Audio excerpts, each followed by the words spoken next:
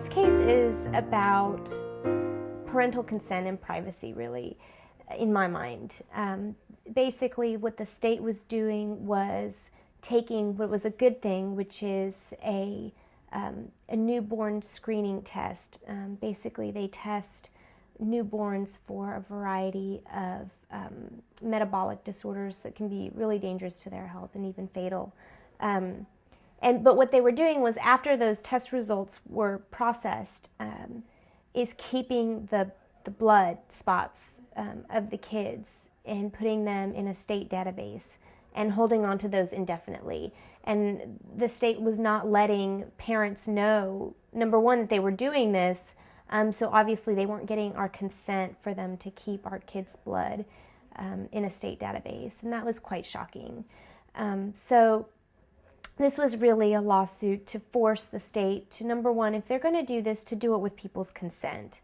And number two, to figure out what was going to happen with the blood of millions and millions of Texas children that they already have in this state database.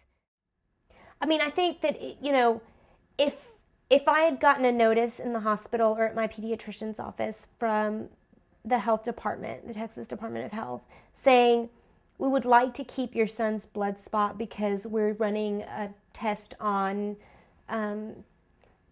Latinos and cancer, and it's a research project, and so we're testing whatever. I probably would have signed off and said yes, but at the point that the state decided that they were going to hold on to these blood spots and keep them, and this was a decision that was made without any public input. Nobody had heard about it. They just started keeping them. And they started using them without any notification, without asking for any consent.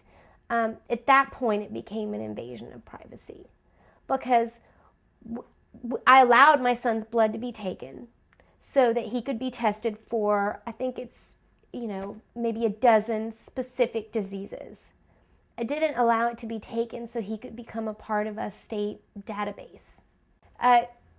If there was no TCRP, I think it would be a disaster for Texas. I mean, just the breadth of work that the TCRP does, from representing prisoners, representing victims, immigrant victims of violence, representing people whose civil rights have been trampled in myriad different ways, representing people with disabilities, victims of police brutality and police violence.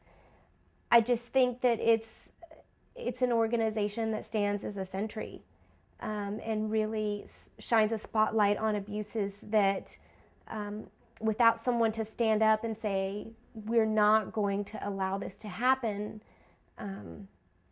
I really don't know where we would be in the state, because we only have rights.